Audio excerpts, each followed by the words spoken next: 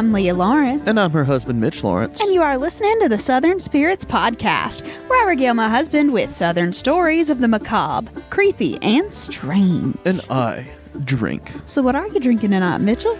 Our beer tonight is a real good one, Leah. I'm super excited about it, and I know that you are too. I am. It's real tasty. It's called Snowbird Cherry and Apricot Imperial Sour Ale. It's brewed and packaged by Trim Tab Brewing in Birmingham, Alabama. It's 8% alcohol by volume. Leah, it's a big boy. Mm-hmm. Let's read the can. A summer-inspired spirit of quality brewed with apricot, cherry, and vanilla. End quote. No fucking shit. Hilarious. What I have to say is it's really, really, really good, and I know that Leah loves it. It may be a new favorite. Leah? Yeah, it's really good. It's it's not quite like a sour because it's not as light as a sour usually is, but it's sort of got the feeling of a sour, but the gravity of, a high gravity beer. So you described it perfectly. Yeah, it's like sour but with a little bit of weight to it, and I like it. Yeah. It's really good. You absolutely described it perfectly. Let me read you verbatim what I typed in, because normally I just I give myself a feeling and then I kind of ad-lib my notes. Mm-hmm. I'm going to read you exactly what I typed. Wonderfully sweet and just enough tart to make for a well-rounded, refreshing beer. Nice and hazy to keep it balanced. The fruity flavors really come through on the back end. So basically what you said, because the haziness is that part where you're talking about how it's a little bit more sweet and a little bit more bitter than tart, than sour. So that 8% really takes it up. And when it's Imperial, that's what that means. It's a higher alcohol content. It's a little bit sweeter. Any kind of Imperial that you see, that's what that's going to mean. And I usually love an Imperial because I like beers that are a little bit sweeter or super sour. I don't like the really dry, just bland. Well, not bland, but generally they're... If it's going to be super bitter, which I'm fine with, I want it to have a little bit of sweetness with. Yeah. If it's just bitter for bitter's sake, it's kind of annoying. Yeah, but when we do the beers, I get a good look at them because I drink them out of frosted mugs. So, this beer is really dark. For most of a sour ale, most of the time they're really, bright, almost neon, some of them. Mm-hmm. This one's very dark and hazy. It's really orange and brown, And it's just so nice. I really like this beer a whole lot. Give it a 9.5 out of 10. What would you give it on the 10 scale? Pretty much the same. Yeah. You don't think it's a 10 out of 10? You don't think it's perfect? No. If I'm going to drink a sour, I'm still going with the... Citrocabra. Citrocabra. I was trying to say the Chupacabra beer, Yeah. Yeah, no, Citrocabra would still be my favorite sour. What are you eating over there? Cadbury mini eggs. The crunchy shell. I'm over here trying to sit away from the microphone and not crunching, but... I didn't know that you put that in your mouth or I wouldn't have asked you anything. Sorry, I just look over there and I see your tongue fumbling around. Oh no, it's Cadbury mini eggs. Sorry. All right, let's just move on. Because our shot in the dark for the night is not near as tantalizing. It's Mango Habanero whiskey. We had it on the show just a few weeks ago, produced and bottled by Old Smoky Distillery in Gatlinburg, Tennessee. 35% alcohol by volume. And if you want to hear the full review, that's episode number 92, which was entitled Inigo and Terabang. We really didn't like this liquor. It got a 6 out of 10, and I'm really looking forward to shooting it again. At least I'm not drinking a cocktail again, though. Yeah, no, it's super terrible. I don't like it. It burns. It doesn't taste good. No, thank you. Not for me. And like I said when I originally reviewed this, I normally like the novelty, the weird part of the spicy alcohols. This is not one. No. It's not good at all. I don't like it. And I'm really looking forward to having another shot or two. No, I'm just glad that I have some Cadbury mini eggs here to get that taste out of my mouth if and when I have to take a shot, because gross. Yeah, you never know. You might have to. But all right, well, that's it. That's all we got for the alcohols, Leah. What are we going to do next? We are going to celebrate a brand new member of the Possum Pestle! Yay! Possum Pestle! Yes. Got to keep it going, but the ad popped up. Okay, that's enough. That's enough. I want one more. Okay. All done. All right. Welcome to Jessica. Yay. Welcome. Thank you for joining the Possum Pestle. Every dollar that you send our way helps support the show. Mm-hmm. We buy equipment. We buy server space. We buy beer.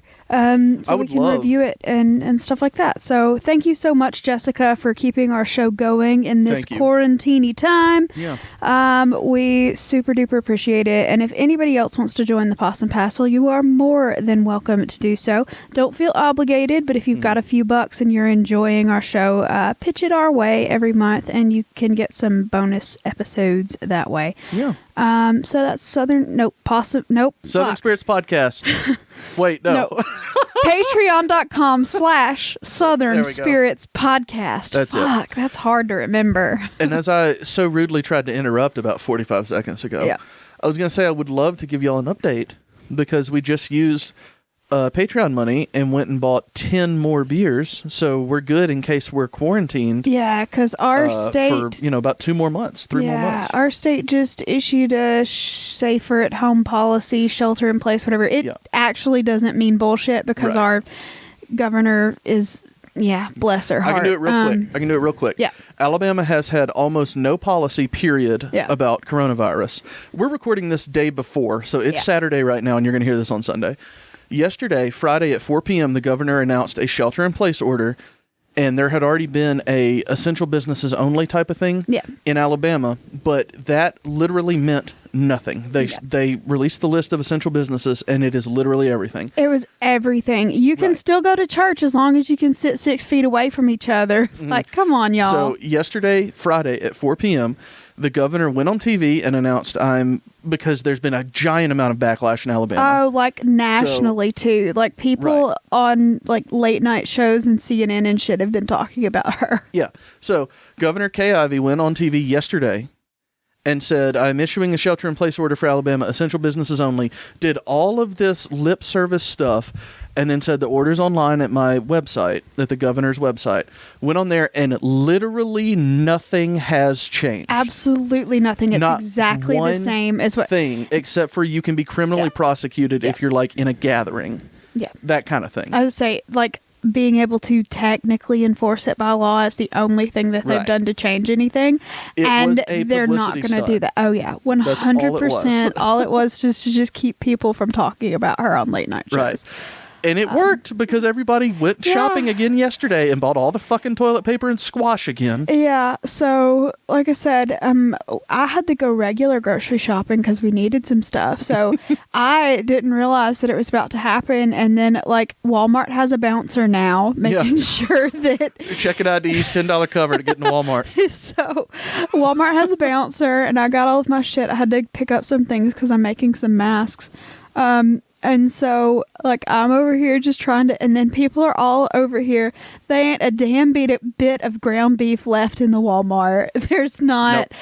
Like, the toilet paper's all gone. Thankfully, we buy at Costco, so we're fine with toilet paper. But bless it. It's just... Y'all, it takes us 7 months to go through a thing of toilet paper. It does. So, also, I don't know what everybody's... So that helps. Yeah, we do have bidets, but... I don't know who needs all that toilet paper, but after this shit is all over, I know some people's houses are going to get destroyed because people are just going to have extra toilet paper surplus. Yeah. Well, anyway, we went today and bought $130 worth of beer for the next few months. We have, because liquor stores and beer stores are considered essential in Alabama. Yeah. So we went and bought... we have 3 left over from the last batch, and we bought 10 more today. So we're good on beer. We may not have new liquors for a while. Yeah. But we bought a shitload of beer with the Patreon money. Thank you, patrons. Y'all are awesome. And if y'all want to throw, like, anyone out there who's not a Patreon member, a Patreon subscriber, if you can, we know it's really hard right now. Yeah. Some of you may have been laid off and all of that. Once again, don't worry about not feel obligated. But if you can, go for it. $1 or $2 a month. Well, I think it's 1 or 3 is the next lowest level. Yeah, so. 1 or 3, whatever. It helps. It really does. And we haven't spent a dime of our own money on beer in like a year, so which is super helpful because we both work for state agencies, and it's we don't make a lot of money either. We don't, but I mean. We also operate like an actual business where we have no actual profit. Yeah. So like all the money we get is going to the server and the alcohol. Yeah. So, I mean, if you can, we're fine. Don't worry about it. No. But if you can, it'd be awesome. $1 or $3 a month, all the way up to 20. Yep. All right. So thank you once again, Possum Passel. Everybody in the liquor store, in the beer store, was wearing a mask. Yeah. It was really fun. It was. Including me. Mm-hmm. Mitch refuses to wear one, but... I don't refuse. I can't breathe. I don't like it. I don't like how it feels. Yeah, well, okay. And then I won't be able to breathe for sure once I catch the virus. Breathing now with a mask is a lot more preferable to not breathing at all when you have the Rona, but whatever. Yeah. All right, guess what? We have listener mail. Oh, listener mail again. I almost hit the fucking soundboard. You almost got me. Listener mail. We got a wonderful surprise package in the mail from Beth. Yeah. It is absolutely just super, like, I didn't expect there to be anything in our P.O. box except for, like, junk mail, because that's generally what's in it. Because people, they shove the coupon mailers we and get a lot of in coupons. But I opened the little box and I saw the little key for a package, and I was like, what? We got a package? So anyway, I opened up the package locker, and I got a box from Beth out, and she sent us a book, and I'm super excited. I think it was, I had it pulled up and I deleted that tab, and the book is in the living room. But I believe it was the Telltale Lilac. It's something about bush. West Virginia. Yeah, it's hold on. The lilac bush of West Virginia, or something like that. Lilac. Yes, the Telltale Lilac Bush. I got it right, by Ruth Music. And I'm very excited because it is like a compilation of West Virginia like folk tales and ghost stories and stuff like that, kind of like Catherine Tucker Wyndham did in like Alabama. Apparently this lady has put together one for West Virginia, and I'm super excited because I had never heard of it, and it seems to be a really popular book, and I'm very excited to read it just because I need things to do in quarantine. Other than spend like an absurd amount of time on Animal Crossing. So yeah, like you always make fun of me for playing games for literally about 15 hours a day. Yep. And I have not seen you do anything for about 2 weeks. Yeah, no, I'm massive. Like, and I haven't even picked up Animal Crossing today just because I'm trying to be good and like make masks and be a diligent member of society. But y'all, Animal Crossing. You have so many tarantulas. I do. I'm collecting tarantulas. But anyway, but yeah, thank you so much, Beth. I'm hoping to get a couple of stories out of there and just do an episode of West Virginia stories based on some of the information from that book, just because I'm really interested in it. I have been through West Virginia, but I've never been to West Virginia. Yeah, so I'm just interested to learn a little bit more about it. So thank you so much. And she wrote us a really cool letter, and I just really appreciate it. It's a really long letter, isn't it? Yeah, did you say it was like 6 pages? They were small pages. It wasn't like creepy or anything. Like, it was a very nice letter. No, I'm not creeped out. I'm just saying, like, Beth, were you already quarantined? Maybe. Everybody, lots of letters from the war front kind of situation going on right now. Dearest Southern Spirits podcast, I'm writing to you in peril from West Virginia. Anyway, so we really appreciate that. Thank you so much for sending Always it. yours in folklore. And if anybody else wants to send any kind of doodad, ephemera, please don't send the Rona. But other than that, you can send anything that you'd like to our P.O. box. Yeah, no anthrax bombs, please. Yeah, no, please. Does anybody remember that? Yes. You remember when they used to do that? Yeah, I do. Oh, that was fucking crazy. But anyway, so that's P.O. Box 1743, Hartselle, Alabama 35640. Look at you knowing the P.O. box. Yeah, I do. I know the P.O. box. I don't remember our home address, but I definitely remember the fucking P.O. box number. You're getting there. Anyway, so are you ready to go into our Sassy Southern saying 15 minutes into our recording? Yep. I'm so ready. Okay. So I decided to just pull one out of my ass because I am tired. Gross. Not literally out of my ass. That's gross. Is that a saying? No. Is that it? My saying is, don't buy a pig in a poke. Okay. Let me think about that one. Okay. A pig in a poke a bowl. Don't get raw pork in your poke bowl, and therefore you won't get ringworm. I thought it was a tapeworm. Tapeworms. It's a worm. You won't get little. What are those? The little ones called? The tiny little worms that are good for gardens. What are those called? Not earthworms, but like, fuck it. Moving on. I don't know what you're talking about. I don't know. I can't. Inchworms. That's what I was thinking of. Okay. Yeah. No, it's not. Okay. Like, just ignore it. Don't eat raw pork. No. Well, you really probably shouldn't do that either, but don't buy a pig at a poke means don't buy something without looking at it first, because the word poke... Because it might have raw pork in it. Maybe. Yeah. No, the word poke just used to mean a sack, like a satchel, kind of a bag. And if you're buying a pig in a poke, it means you're buying the pig without having looked at it first. And it might be the fucked up pig that someone's trying to pawn off on you. Or there could be a hole in the poke. Maybe. So yeah, don't buy a pig in a poke just means don't accept something at face value without examining it further, because it might not be what it seems on the outside. So yeah, don't buy a pig in a poke. Well, that one was fun. Yeah. I liked it. I still say that you shouldn't have a poke bowl with pork, though. Yeah, probably not. Unless it's like, shredded pork that's been like cooked. Ooh, yeah, that'd be fun. That would almost be ramen at that point. No, because so you close. Need the if you just throw some, top. I was just gonna say if you just throw some broth on it. There now we go. I want to go to that ramen place, and I bet it's not open. But the tonkatsu ramen at Komodo Ramen in Huntsville. Oh my god! There was this new place that opened. What's it called? Like the Stove House or something like that? Yeah, it's called the Stove House, and it's like a collection of small businesses, like small restaurants, and there's an outdoor bar there and everything, and it opened like 3 months ago, and now there's just no way they're doing anything. Yeah, it's like an upscale food court kind of, like it's just with out like by itself, and it has like entertainment on the lawn and live bands and all sorts of stuff. And it was supposed to be really kicking this summer, but I don't know that this is going to happen. There's a cornhole area out there, and area for other activities and stuff. But it's a real small area. Yeah, but they've got like a they have a crepe place that's next to the ramen place, and they do these Japanese crepe cones, and they fill like these crepes with like fruit and Nutella, and you can get savory ones too, though. It's so good. But anyway, I highly recommend the Stove House if you're in Huntsville, Alabama. It won't be open. don't go. I mean, after everything settles down, go to hopefully. August. It'll be available, and that ramen place is fucking delicious. Yeah, I hope it is, because that place was awesome. It was really cool, so fingers crossed. But anyway, are you ready to get on to our very first story of the evening? I am. We can stop commiserating. All right, so I am going to actually be telling a story about generally West Virginia. It's a story that has been told all over, so it's a folk tale.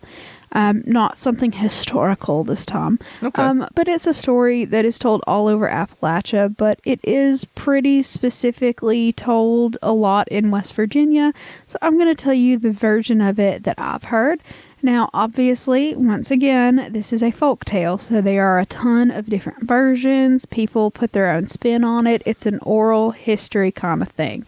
So, if I don't tell the story version that you've heard before, I apologize, but this is just the one that I've heard. So, we are going to be talking about the Tailipo.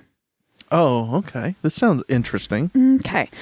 So, obviously, the Tailipo is a monster cryptid kind of situation. The Tailipo is about the size of a big dog, maybe a little bit bigger than our Samus is.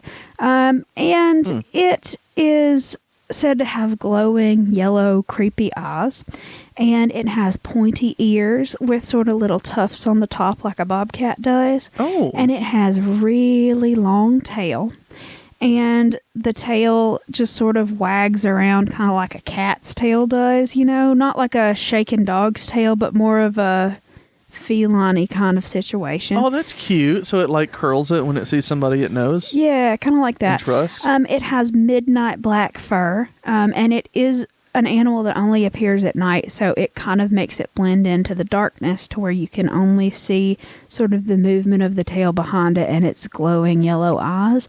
And then it has big old sharp honking fucking claws that it uses to rip people the fuck apart with. Okay. So, yeah. It sounds real cute, though. Yeah, and the Tailipo can speak human words, but it speaks in a creepy, raspy kind of voice. So that'll come into play a little bit later. Yeah. Okay. But the story starts on a dark autumn night. And the year is untold because who needs specifics when you're talking about ghost stories? I sure don't. Never asked for them, never required them. This particular year was a very lean, mean, terrible year. The crops didn't come in very well, and there's not a lot of stuff to be had. And there's this old man. It's like every time we plant a garden. Yeah. Nothing comes in. So there was this old man, and he had a log cabin out in the woods, and he shared that cabin with his dogs. So shot in the dark. Oh, that's cute. But hold on, let me do this. But I just wanted to comment on the excitability of just sharing with dogs. Like, other people kind of suck. Well, I'm sorry you have to live with me. Not you specifically, but like, I could be very happy living with just dogs. I'm just saying. I mean, if you need me to move out, I will. These two, not so much. But like, you can take them with you and I'll find 2 other dogs. You'll just adopt more dogs? Yeah. Me and Steve just holding down a cabin in the woods. I bet you'd be super happy with just you and Steve. Hey, it was just me and Steve for a couple of years. Then you showed up. What the fuck? I ruined everything. Yep. Sorry. You sure did. But anyway. Me and my bachelor pad with my Bachelor Cat. He is such a Bachelor Cat. He is. But anyway, so shot in the dark. Mm-hmm. Our story begins with a man and his dogs. How many dogs does he have? Oh, okay. A, is it 3 dogs? B, 4 dogs? Or C, 5 dogs? How many dogs? I'm going to go 4. You are incorrect. Oh, man. It was 5, wasn't it? It was 3. He had 3 dogs. I never would have thought it was the low value. It was 3 dogs. You going to take that shot? I'm going to take it. Just don't police me. I'm just interested in seeing your face because it's a heinous shot. Yeah, it's not the best. But I got this wonderful sour ale to wash it down with. So. They're about the same color, too. That's what she said. I don't know what that meant. No. Let me go ahead and say that. But you continue. I'll take the shot. Okay. What? He just licked in between my fingers. Our dog, Dobby, is sitting right here next to me, and I'm just trying to pet him. And he licked in between my pinky and my ring finger, and as a terrible feeling. Oh my God, this goes together so well. This sour ale and that shot, it was like a Welch's fruit snack. I'm not kidding. That's fucking amazing.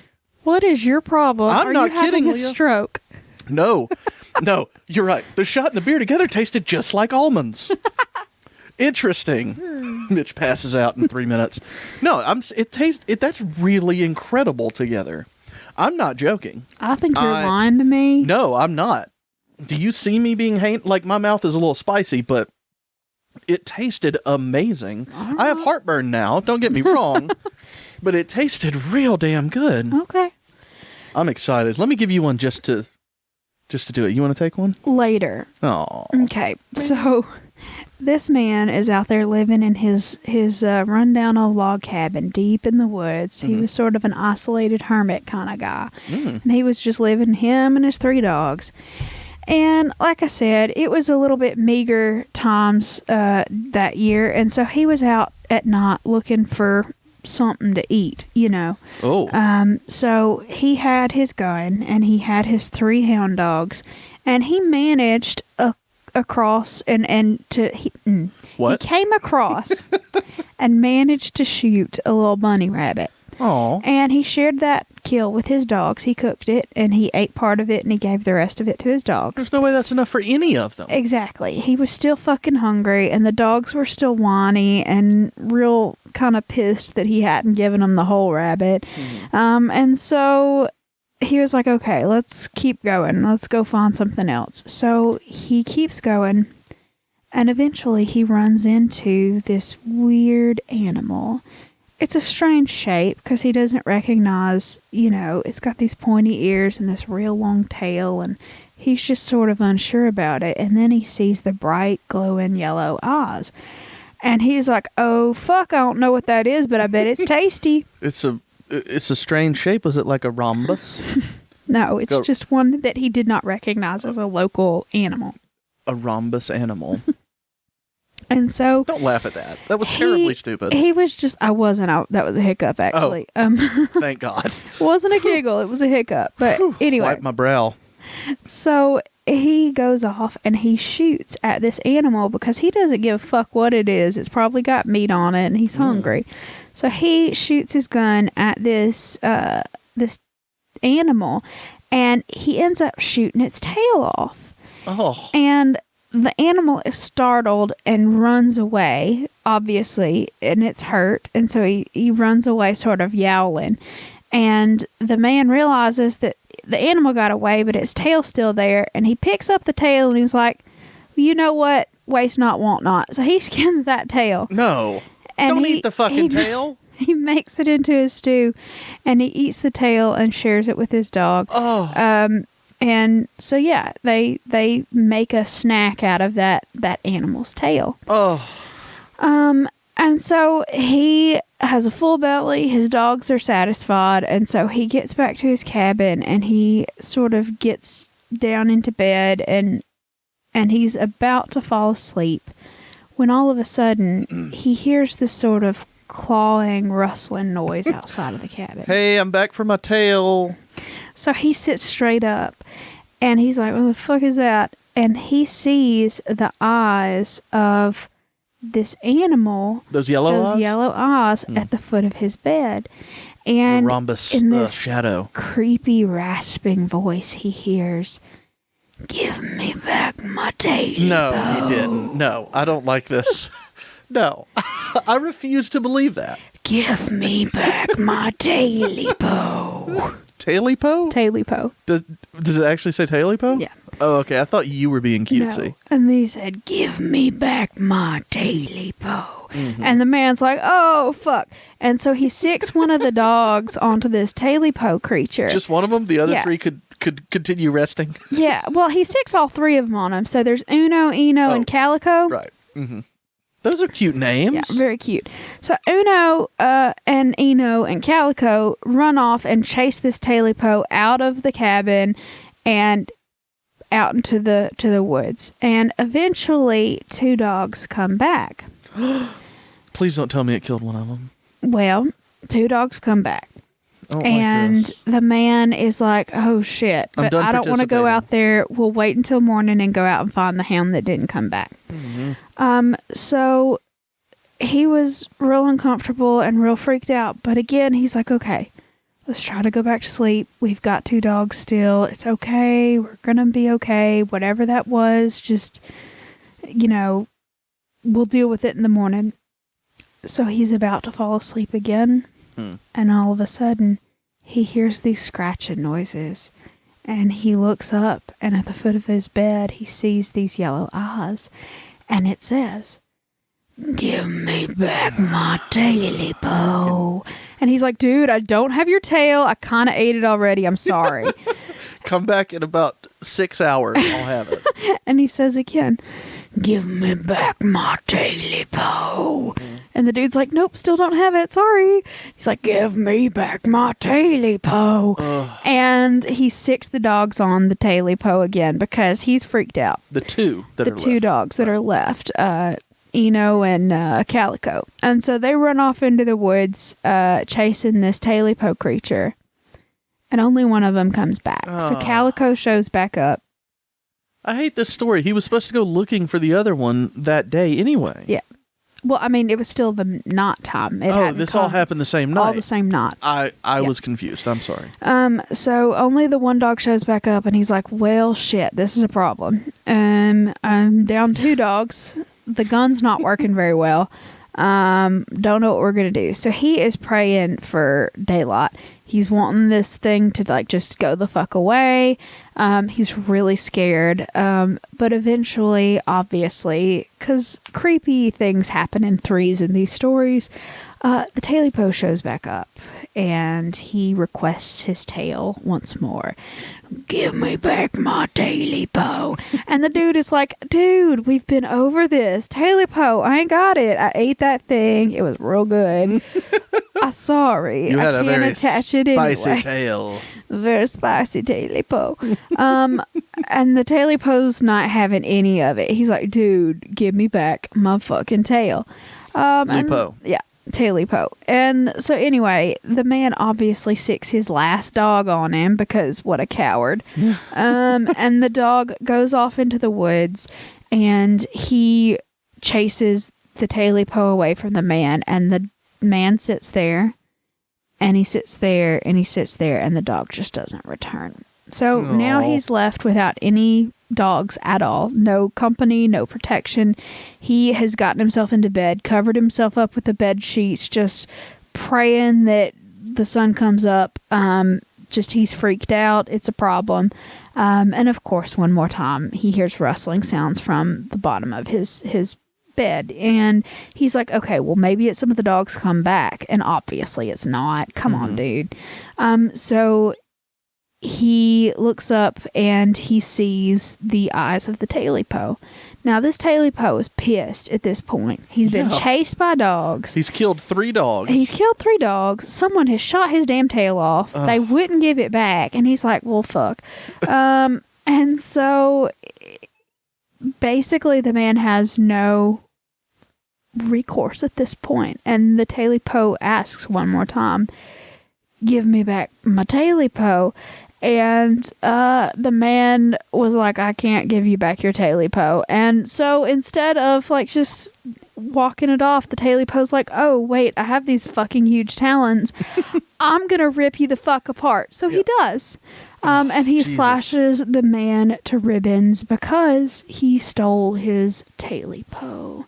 Yeah, and it's said that on the darkest of nights, if you're walking in the woods and you're very quiet, you might be able to hear a creepy creature still looking for its taily-po. I don't like it. It killed dogs. It killed dogs and which were just doing what they were told. Yeah, right? Which, I mean, don't get me wrong. I don't want to correlate like they were just following orders. You know, not that. But they're dogs. They're not human beings with consciousness, technically. You know, so I'm just saying, I don't like the monster. It should have willingly given its tail for someone else's sustenance at this point, after it killed 3 dogs. You know, and clawed a man to death. But, I don't know. Am I just wrong? Probably. Why do you say that? I don't know. It's just like a campfire story, like a old-time boogeyman, stay in the house kids kind of story, you know? Well, okay. The taily-po. So you're not taking it as seriously as I am. I see that now. No, you're overthinking the taily-po real hard. Okay. I'm going too far. Have you never had boiled tail? It's delicious. I've had oxtail soup before, which is kind of like boiled tail, but Where in the world did you have that? In Czech Republic, actually. Oh, that makes sense. No, I mean it's something that they make here too, but but they take it's the bone. It's the ox bone at the tail of the animal, and the marrow cooks out of it and stuff like that. Yeah, like a chicken broth or something like that. It's really good, but yeah, I'm sure it is, but I'm just saying you've never had rhombus tail soup.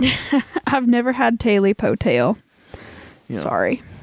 Well, I just feel bad for the dogs. So we know the guy for sure got ripped to shreds. Oh yeah, definitely. But were the dogs for sure killed, or were they just like chased off and they lived happily ever after on a farm? It depends on who is telling the tale. If you want to make it like easy listening for kids, you probably just say the dogs ran off because they were scared. But if you want to scare the shit out of your kids and you don't care about the gore, oh yeah, the dogs totally got eaten by the taily-po. Well, I'm going to throw my hat in the ring of I don't like it. Not a fan of the taily-po in the Lawrence household. Not a fan of killing dogs. I've said this before. People, I could take or leave. I don't give a fuck.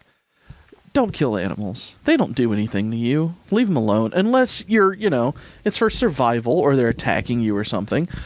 Other than that, kill all the people you want. That's my stance. How about we just don't kill people, Mitchell? Yeah, don't kill anything. But if you have to, kill a person before an animal. There we go. How about we just don't kill anything, Don't Mitchell? do that. Don't do it. She's right. Leah wins again. I don't know. But for real. Seems like. But for real, save the animals first. Don't kill the people. All right. Well, that was a fun first story, don't you think? Yes, I thoroughly enjoyed it, except for the fucking dogs dying. Well, once again, in your version of the story, the dogs very well could have just run off. In my happy version. Exactly. Correct. Thank you for that. You're welcome. All right, well, are you ready for your second story of the evening? I sure am, and I hope that you sugarcoat this one too. Well, no. It involves a lynching, so I hope you're prepared for that. I don't want lynching, period. Nope. All right, so we are talking about the face in the courthouse window from Carrollton, Alabama. Oh, okay. It's Pickens County. And then we're talking about the Pickens County Courthouse, if anybody's ever heard of it. No. This particular story was made famous by one of my favorites, Catherine Tucker Wyndham, in her 13 Alabama Ghosts and Jeffrey. It's one of the most well-known stories from that particular book. And it has a physical location that is still standing that you can go and look at. And I'll talk to you about more of that later. But you. Yes, it's still there. It's still really cool. And you can go visit it, which I highly recommend. It's kind of fun. But not right now because quarantine. But, you know, after quarantine is over, then you can drive to Carrollton. But anyway. Then I can go? Yeah. Because I don't even know where Pickens County is. It's down south. Oh, that helps.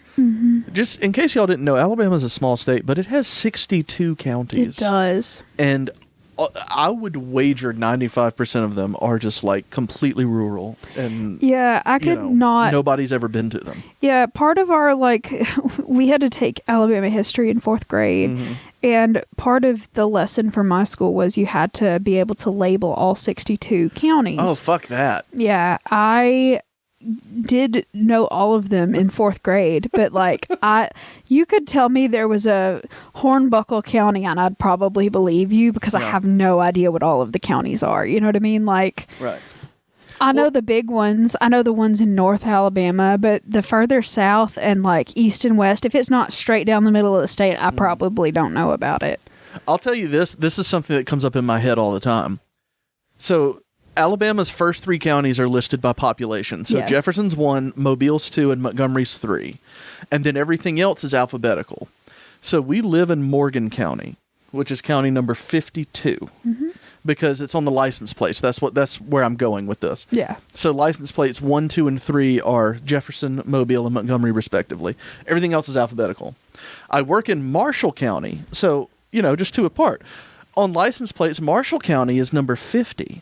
And I have been for 3 years trying to figure out what number 51 is. I cannot think, but I'm not going to look it up. When I'm driving, I'm like, is it Marengo?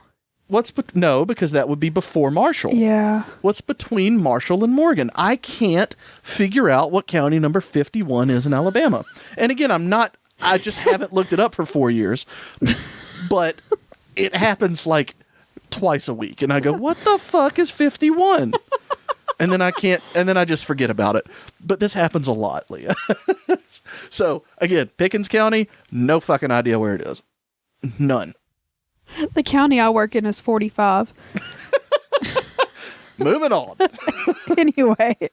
So yeah, we're talking about the fucking face in the courthouse window. So weird. We have gone on fucking strange tangents today. I apologize. Okay. All right. So, like I said, this was made famous by Catherine Tucker Wyndham in the 13 Alabama Ghosts and Jeffrey. So, yeah, I still recommend you pick up a used version of that book. I don't know that I think you can get a digital version of it, but I don't think it's still in print anymore. But anyway. So, Shot in the Dark. Oh, God, that was quick. Where is Pickens County? No.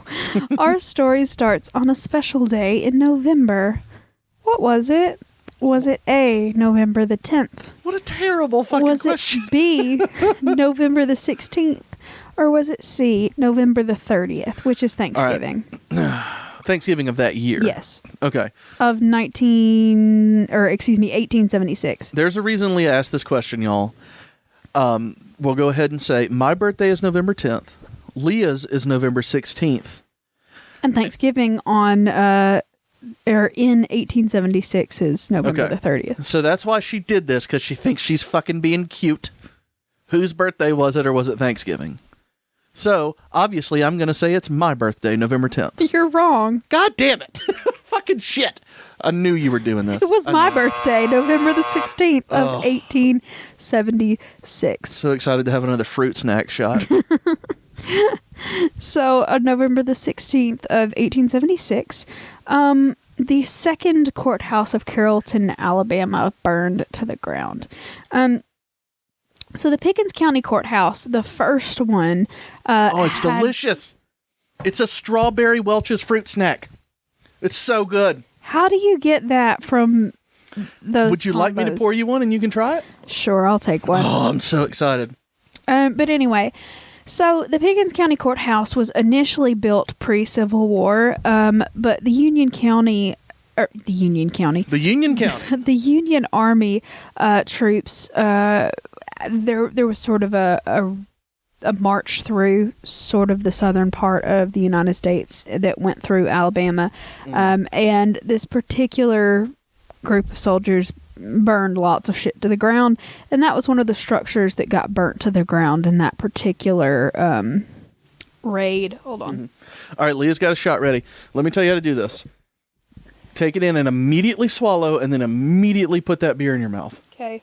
But swallow it first, okay? Trust me, I know it smells awful. It's going to be spicy, it's going to fuck you up. But just swallow it as quick as you can and put that beer in there. I promise you will be happy. Just get a big old gulp of beer now. Y'all have no idea, I'm over here just fucking beating my arm. No? You don't have the Welch's fruit snack? No? Leah's very upset. I'm not kidding you. It was wonderful. You need more beer. That's the problem. You didn't drink enough of it. You took a sip.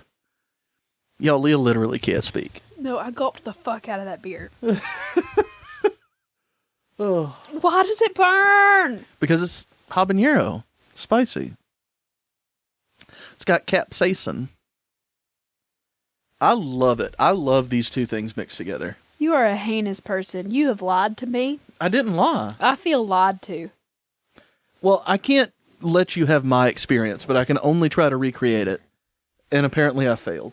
Oh, that's awful. Don't believe Mitchell. I wish there was an ingredients list on this. I want to see exactly what's in this whiskey. Oh.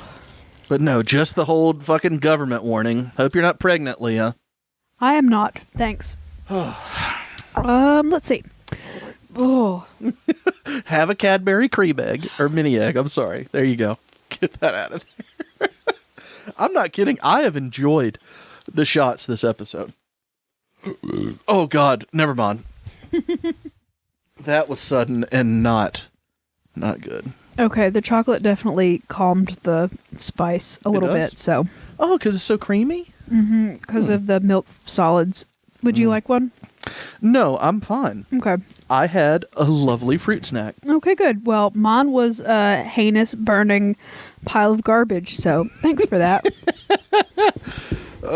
Don't tell everybody your pet name for me. Heinous burning pile of garbage. Yeah, definitely. Anyway, so yeah, like I said, the first courthouse had been burned down by the Union Army. And during Reconstruction, it was kind of difficult to get materials, and obviously everybody had like no money down here because, you know, their entire economy was built on slave labor, and when you don't have slave labor anymore, things go south. So yeah. They were still, you know, in Reconstruction, but they had banded together as a town to sort of raise money to build another courthouse. So finally, they had, you know, excuse me. That spice is bad, isn't it? It's awful. It was 12 years before 1876, and I did not do the math on that because apparently I'm just 12 years before 1876? Yep. That would be 1864. Thanks. Wait. Yeah, no, that's right. Yeah, no, you're right. Okay. In 1864, they had rebuilt the Pickens County Courthouse. So everybody was super duper proud of it. It was pretty big structure, really nice. It was a big sort of pride point for the town that they had, in the middle of all this hardship, rebuilt the town's infrastructure. So unfortunately, on November the 16th of 1876, probably arson. They believe it was arson, and it burned to the ground. And people were real pissed about it because, once again, they had scrounged and saved and worked very hard to rebuild that after the devastation of the Civil War had, burned it down. Excuse me. I'm having a real hard time with that spicy shit. I never should have asked you to try that. You should not have. I knew my experience could not be recreated. No, I it was apologize. Terrible. I just had a great time. But anyway, a lot of people said that it burnt down because it was kind of a burglary gone wrong, or if people had come in trying to steal shit from the courthouse, but they had knocked over the candle and had accidentally lit it on fire. Some people think that they did it just on purpose because fuck y'all kind of situation. Mm-hmm. But either way, it burned to the ground and the town was devastated. Oh. Now, they didn't really have a lot to go on as to who it was that actually burnt the courthouse down because, it was 1876. What are you going to do? Ye old CSI? Not the a Nest great... cameras weren't operational yet. Right. The cloud wasn't uploading this data about who had been around there, right? Mm-hmm. So, obviously, being rural Alabama in 1876, they were looking for a scapegoat, and they found a scapegoat in the person of Henry Wells. Now, Henry Wells was a local man, and he was a freed slave. So he was, an African-American gentleman, and he was pretty much one of the only freedmen living in that area.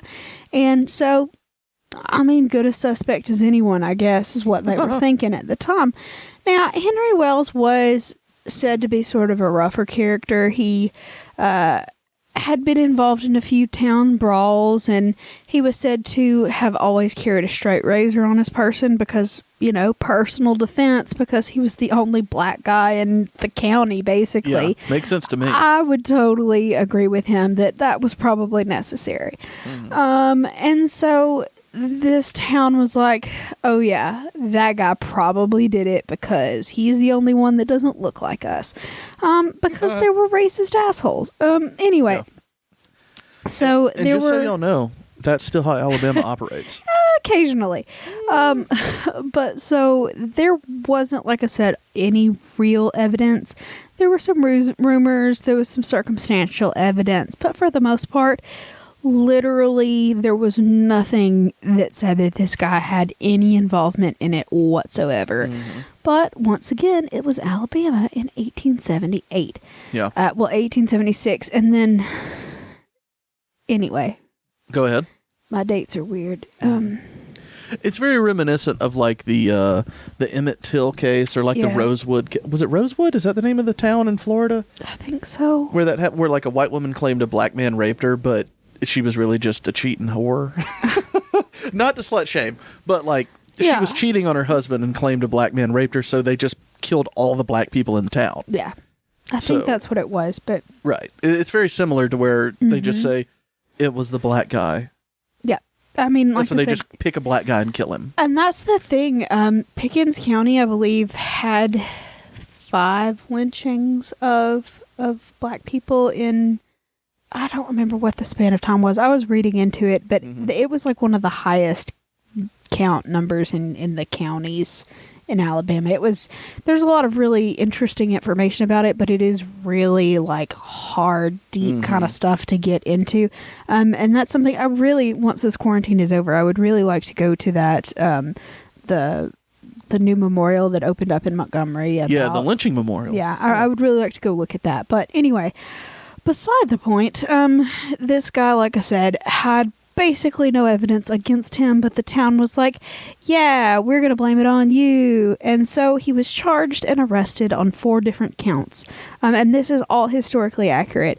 Some of the details of this story are going to get a little folklore, but there are definitely extant from the time period newspaper articles specifically about this case. And this guy was real, and he was charged. And as you will see later, he was killed. But he was charged on 4 different counts for arson, burglary, carrying a concealed weapon, which was his straight razor, and assault with intent to murder, which I assume is probably like rape him or trying something? to defend himself against, people that were trying to come and kill him. That makes more sense So than what I said. he was taken to the sheriff's office and arrested, and it was in that newly completed courthouse. So it had burned down.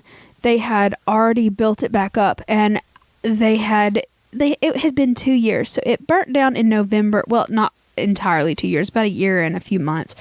So it burned down in November of 1876, and they had rebuilt it, and it wasn't until 1878 that they had actually accused Henry Wells and had decided that he was the one that they were going to pin all the blame on.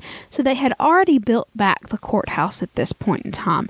So they arrested him, they had charged him, and they had taken him to the sheriff that was located in that new courthouse, and he was put in jail there to await trial. And so he was just hanging out in the jail cell with the sheriff, just like chilling, waiting for his day in court. But the word sort of spread through the town about the fact that he had been arrested. And obviously, this town was not the nicest group of folks at the time. And a few drunk guys started showing up at the courthouse. And I would the wager sheriff, to say it's still not a nice town today. I've only But I been don't there know. once, but I can't really speak to the character of the town at the time. But I can't anyway. speak to it either, but I'm just saying, I still wouldn't go there. No. Well, actually, it's a cute town. I would go. It's not a problem. Well, I mean, we'll visit, Leah. Yeah, but I'm just saying. Anyway, so a few drunk men start showing up at the courthouse, start hollering through the window at the sheriff. And Should the they have been sheriff- drinking back then? Probably not, but they were. At this time in American history, should they have been drunk at the courthouse? Yeah, no, they were definitely drunk at the courthouse. Excuse me. And so the sheriff was like, okay, these folks are about to form a lynch mob because, obviously. So we got to get this guy hidden somewhere in the courthouse where these people don't find him to lynch him. And so the sheriff decides that it's best to go stick him up into the attic. So they call it the 3rd story garret, but it's basically the attic of this courthouse. And that he sticks him up there and he says, be quiet, stay down, don't say anything. And Henry was like, oh, okay, fine. So he's sitting up there trying to be quiet. Can I have my razor back, Rod? please? He's just sitting up there trying to hide out while the sheriff tries to deter these drunk, crazy-ass men downstairs, tell him to go the fuck away. But the mob obviously gets super pissed off and is like, why are you defending him? We're going to kill him kind of thing.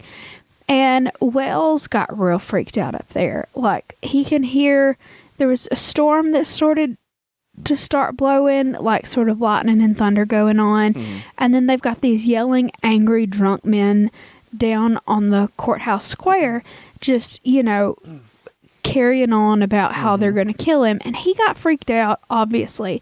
And he sort of creeped to the windows to sort of peek down and look at what was going on.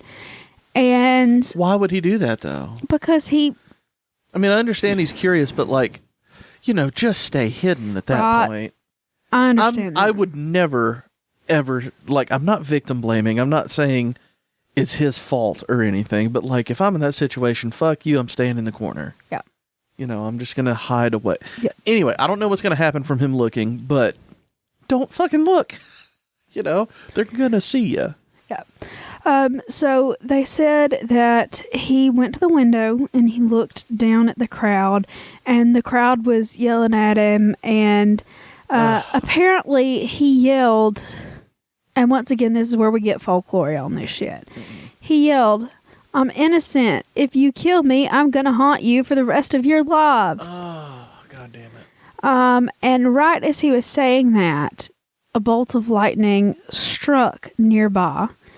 And for whatever reason, the lightning that hit sort of the courthouse area caused the image of Wells's face to sort of be photographically embedded into the window. And that window is still there, and I'll talk to you about it later. But that's what happened. So the lightning struck either the courthouse or right next to the courthouse. And like I said, it caused an image of his screaming face to be sort of embedded on the radiation from the flash was such that it imprinted. Something like that. Supposedly. Yes. Right. Yeah. And so the lynch mob ended up breaking down the door of the courthouse, and they got up to the attic, and they got Wells. Shouldn't all of these people be tried for doing that? Oh, yeah, 100%. I'm just saying, like, you know, I know it's different now, and I know that America's come a long way, but we still have a long way to go. But, like, even looking back 150 years, can't you say you just broke down a government building to get to someone? You were all fucking being arrested for all of this. You'd think that, but... couldn't you have done that? Anyway, again, I don't even know what's going to happen, but, like, that's enough right there to just be like, it's 1860, right? 1864? No, 1874. 1874. So the National Guard wasn't a thing. I was going to say, get the National Guard in here, but, I mean, anyway, I digress. Yes. So, anyway, the lynch mob gets inside the courthouse. They get Wells out, and he is screaming and hollering the whole time, I'm innocent. I didn't do this shit. And anyway, he ends up getting shot and sort of hung after he was dead into the courthouse. Or not like the square outside the courthouse. But he was already dead when they hung him. Yeah, they shot him first. And so early the next morning, one of the people that was in the lynch mob sort of passed by the courthouse, and he looked up at the courthouse and saw the window that, you know, he had been hiding in, and saw Wells' face in the courthouse window, and it freaked him the fuck out. And was this guy still drunk from the night before? Possibly a hangover. I'm not sure. But he sort of like was... Oh, that's fucking weird. And he went and like got one of his friends who was like, hey, do you see that too? And they're like, oh, hell yeah, we see that too. What the fuck? And anyway, basically, just like he promised that he was going to haunt the town for the rest of his life, or for the rest of their lives, the face in the courthouse window still there. They've tried to wash it. They've tried to remove it, but, you know, the face is still there. And it's also said, and I don't know how true this is, but they said sort of in the later part of the 1800s, so like in the 1890s, or excuse me, 1890s or something like that, there was a really bad hailstorm in the area, and that the hailstorm broke every pane of glass in that building except for the one pane that had his face on it. Okay. Yeah, so like I said, I don't know that that's actually an accurate thing, but it is part of the folklore that you'll hear around it. But like I said, there is a sign there, and if you go to Pickens County, and if you go to the courthouse, you can find which window it is very easily, because they have put up a little... it looks like one of the like shiny arrows like you would see on a street sign or whatever. But they've put it like on the wall pointing towards the pane of glass that it is, because I think they were tired of people saying, which one should I look at? So they have a fucking shiny, flashy arrow that points directly at it, and across the street there's a pair of permanent, like you've seen those sightseeing binocular kind of things. Yeah. They've got a set of those like set it's up. Embedded in the ground. Yeah, exactly. They've got a set of those set up for you to look at it as well if you want to go look at it. But like I said, there's plenty of pictures of it online if you care to look at it from the comfort of your own home and not have to go to Pickens County, Alabama, which I would probably recommend. Yeah. Don't carry a razor blade there. Yeah, probably not. And so, like if you're white, you're fine. But besides that, don't carry a razor blade there. Yeah. That's what we're learning from this story. Pretty much. And so they do have, like I said, that set up so you can look. And there's a historical marker that will tell you a little bit more about the story and stuff like that. But basically, a lot of people are like, okay, but how the fuck would a bolt of lightning take a picture of you on a piece of glass? That's weird. Maybe it's just a funny smudge or the way the glass was made or something. Hashtag funny smudge. I don't know. If you want to tweet about this episode, hashtag funny smudge. Hashtag Bachelor Cat. Fooled you. Better. I like that. But yeah, so they actually, I had looked it up, and in a couple of the different articles that I had read, there was another case of where sort of lightning had caused a similar thing to happen on glass, and it actually happened in Alabama too, which is weird. Of course people think that's what happened. Yeah. I mean, it might have. Honestly, there's a shitload of radiation in both photography and lightning. So, I mean, these things could happen, but I don't agree. Just saying. So, in 1873, there was a woman named Mrs. Norburn Powell, and she was living in a place called Chenoogi Ridge, Alabama. I'm not sure how you say that word. Chenoogi? I have a feeling that's not correct. Chenoogi? I don't know. I don't know for sure, but Chennuggee. Chenoogi. I lost you at CH. Anyway, she was living somewhere in rural Alabama, and apparently it was coming up a storm, and she was looking up at the storm in her, through the glass of her house, and the glass was struck by a bolt of lightning. And after the storm was over, she realized that there was a picture of her on the glass. It had her hat, it had the little cameo pin that she was wearing. It was a legitimate freaky looking fucking photo of this woman on the glass. And they call it the whatever ridge photograph, the Chenoogi. Once again, I don't know how you say that, but it wound up, eventually they took that pane of glass out, and she kept it as just like this weird souvenir of like something weird.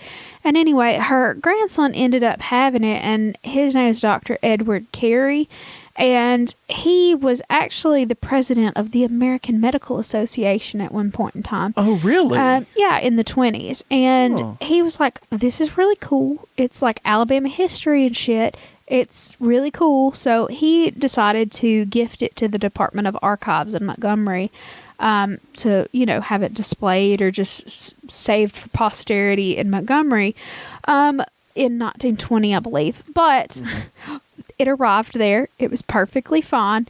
And then someone, when they were putting it in the collection, dropped it and shattered it. That's Alabama for you, y'all. Right? So there is... That is so prototypically Alabama. Yeah, I got it. I was drunk at the courthouse last night. Don't give a fuck. Oh, I dropped it. Yeah, so there is not extant evidence, but it is documented in the 1920s that another one in Alabama had happened that way. So people think it's possible. They're not sure how, but there are, like I said, anecdotal evidence that it has happened previously. So whether or not you think that it is indeed his face or not, I'm not sure. But like I said, there is something there. It does kind of look like a screaming face. But once again, you can Google that and look and determine for yourself what you think it is.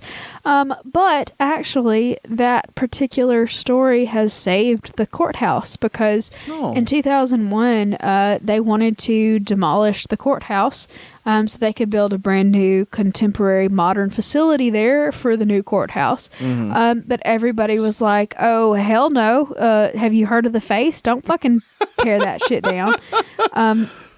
So there was sort of like a public campaign to save the courthouse and specifically save the image of the courthouse window. And so the courthouse is being renovated slowly but surely, as they can raise funds for it. They're adding both electricity and plumbing. It had that added already, but I doubt it. No, it did. But they have, in fact, started to restore it and stuff like that. So hopefully, as historical renovation funds become available, they can fully restore it. But they also, one of my favorite things, just if you'll Google it, you can hear the most wonderful version of the story being told by Catherine Tucker Wyndham. Oh. And it was an old Alabama public television spot, and it's grainy as all fuck, but it's on YouTube. I've seen it. It's wonderful.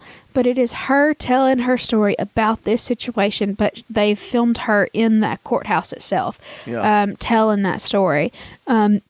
And I highly recommend it because she's just this southern she has that South Alabama accent, which is not like how me and Mitch speak. It's a lot more, if you've ever heard the governor of Alabama speak, we've talked about her before, she sounds real southern. She was on TV yesterday. Y'all can hear it. Real drawn out and very I also think that she's just old and, she almost definitely has Alzheimer's at this point. No, I don't think she does. So maybe she just talks that way because, I remember I was driving home when the press conference was happening yesterday, and I told my friends, let me know if anything happens, and one of them texted me, it's been going on for a few minutes now. She hasn't really said anything, and I said, I think she may have forgotten why she's there.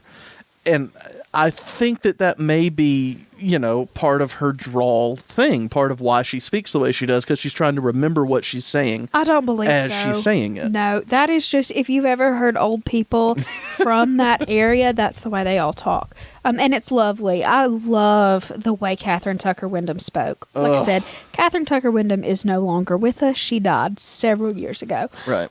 But like I said, she is this wonderful granny lady that has that beautiful South Alabama, just slow Southern drawl. And her telling that story is just absolutely it gets me all up in the feels. So I highly recommend that you search that on YouTube. It's wonderful. Like I said, the grainy images aside, it is a wonderful watch. But Catherine Tucker Wyndham. But anyway, like I said, I worked so hard to get rid of my accent. I really have. I saw someone tweet yesterday about our podcast and said their Southern accents are just so wonderful. And I was sitting there thinking, do I still fucking have that? You do. It's not as bad as mine is, but I was talking to myself right before we started filming this episode. Recording. We are not filming. No. Right before we started recording this episode, we have a bag of Easter candy, and Leah said, we got to put this on the counter for the dogs. And she took it and put it somewhere. And as I was walking in here, I saw where she put it. And I said out loud to myself, I went, that ain't going to work. And then I picked up the bag and I went, what the fuck is up with my Southern accent? I said that to myself. All of that just happened. I said, that ain't going to work. What the fuck was that? All at once. I like to think that mine is not as pronounced as a lot of other people that live down here, but it is definitely pronounced. I know I have it especially when I'm drunk, Oh, when I'm drunk, it gets real bad. Yeah, me too. When I'm drunk or if I'm really upset, it gets bad. Well, that goes back to my, I don't even know if it's a theory, but how I feel about Southern accents. It's a lazy way of speaking. So when you get drunk, of course, you're going to be more tired and more lazy, and so you fall into more of a drawl. And I just feel that's how Southern accents are, and that's why I think it was Robin Williams described Australian accents as British hillbilly. Yeah. And it's the exact same thing. It really is a lazy British accent when you think about it. And a Southern accent is a lazy way of speaking. It's very lazy. It's very, I don't know about lazy, but relaxed. I don't think lazy, but it's a slower pace for the most part. Well, it's very relaxed. You're not forming the words with your mouth. You're kind of letting your tongue do all the work and just kind of letting it go. You know what I'm saying. God, Leah, you're such a tramp. Yes. But yeah, when I was working in New York, they would have me talk. The people that worked in that shop with me would always have me say certain words. And for whatever reason, they thought the way I said the word umbrella was the funniest fucking thing that they had ever heard. And anytime it would rain, I swear to God, anytime it would rain, they would go, "Hey, Leah, what did you have for the rain today? And I'd say, what are you talking about? She said, what were you carrying for the rain today? I said, an umbrella. And they just died fucking laughing. See, I don't hear anything. Me What either. am I supposed to hear? I have no idea. Like, if you would have said my bumba shoot, then we could have talked about it. Yeah, like my bumper shoots turned inside out today. I don't know what I'm going to do. It was so windy outside, my bumba chute just collected water. But they like to hear me say the word umbrella, and they just like to hear me talk about ghost stories from the college that I went to because they thought it was just fascinating, and they like to hear the way I talk. Yeah. I don't know. You do have more of a southern accent. Yeah. Than like I do, but I worked really hard at not having it. Because I really feel like I don't feel like other people are dumb, but I feel dumb when I hear myself have a southern accent. Well, when I was in college, I did take a lot of acting courses because that was just required of the major that I was in. And so can I speak a little bit better without a southern accent? Yes. I've been trained to do that. And can I? Sure. But, I mean, it sort of matches the tone of our podcast to just be Southern, so I don't worry about it. And well, I also want our show to not be performance-based or overly produced. Yeah, and we've been that way from the start. I just let my Southern flag fly. Your Southern freak flag fly. Yes. It's so hard to say that phrase. Freak flag fly? I've always had problems saying that. Always. Freak flag fly. Freak flag fly. Can't do it. Anyway, so yeah, that's my Southern accent story. Yay. What, that was? Yeah. What about the lynching? Well, that too. Oh, well. All right. Well, are we done then? Yeah, that was everything. Okay. Well, this was an excellent episode, I feel, except for the dead dogs and the dead person who didn't deserve it. Yeah. So other than that, I'm a fan. I'm so glad you enjoyed none of the show. I enjoyed both of the stories except for both of the stories. What are you going to do? Can't win them all. Yeah. Ooh. All right. Well, do we have a toast? We sure do. Okay. Well, hit me with it. Everybody hoist your Cadbury mini egg bag high into the sky. You're so creamy. Oh, we're toasting. Let's do this. Okay. It's really bad. Don't blame me. I'm going to love it. I'm going to love it. Okay. Don't shoot off the taily post tail or else it'll come and drag you to hell. Oh. The first courthouse burned and so did the second, and Henry Wells' photo saved the third, I reckon. Drink. No, you're right. That was fucking yeah, awful. I told you it was real bad. Both stanzas. I'm sorry. Fucking shit, Lena. It was really... I warned you. I just wanted to get that shit done so I could go back to sewing. I'm sorry. My favorite thing about the show is that the worse the toasts are, the better they actually are, if that makes sense. Because they're so much more entertaining when they are, I'm going to rhyme hail with literally nothing. Tail. Hail and tail. Yeah, but they don't rhyme. And the words you're using don't rhyme. Hail and tail don't rhyme, but if you say it hail... Yeah, if you use tail that and southern hail. accent. Right. Exactly. Hey. And then you say, I reckon. I'm sorry, but Loretta Lynn made a career off of southern rhyming things that don't actually rhyme. Approximate rhymes. Like when people write seen in the word been. Like I've been, but I've been. You know what I mean? That always pisses me off. I always am like, fuck you. Find something else, you lazy motherfucker. Nope. Every time. Oh, like I heard someone say, God, I can't even remember what it was, what I was listening to when I heard, I think it was a podcast or something, of someone talking about the song Piano Man, when Billy Joel rhymed tonic and gin. And it's like, no, that's not even a thing. It's gin and tonic. That one I get because it's the actual fucking words. It's just not in the right order. But when you say the word bean, you are fucking up. That is your fault. Figure it out. You should be better than that. No fucks given. I know you don't give a shit, but this is something I focus on, like county number 51. What the fuck is it? Baby, Do not Google it. Do not Google it. I want to figure it out myself. It's taken me 4 years. I don't want to take the easy way out. Stop Googling. Put the laptop down. I'm so upset. She's going to say it. She's going to say it, and I'm going to lose my shit. I'm so excited. So Marshall Oh my God! Don't. So it's Marshall, Mobile, Monroe, Montgomery, Fuck, and it's Morgan. Monroe. It's Monroe. God, fucking Monroe. Number Nobody 51 is Monroe County. like Pickens County. Nobody even knows where Monroe County is in Alabama. No one. It's not even a thing. People don't even live there. It's one of those paper towns. Remember that movie Paper Town? No, Or that it's book? not. It's a paper county. It's down south. It's like one county up from the Gulf of Mexico in the middle. So nothing. It's nothing. Monroe County. Fucking shit, Leah. Now you have ruined my drive to work. It only has 23,000 people in it as of 2010. That's my point. Oh, yeah, new census. That's right. Yeah. We still haven't done that. We've really got to do that. Y'all do your census.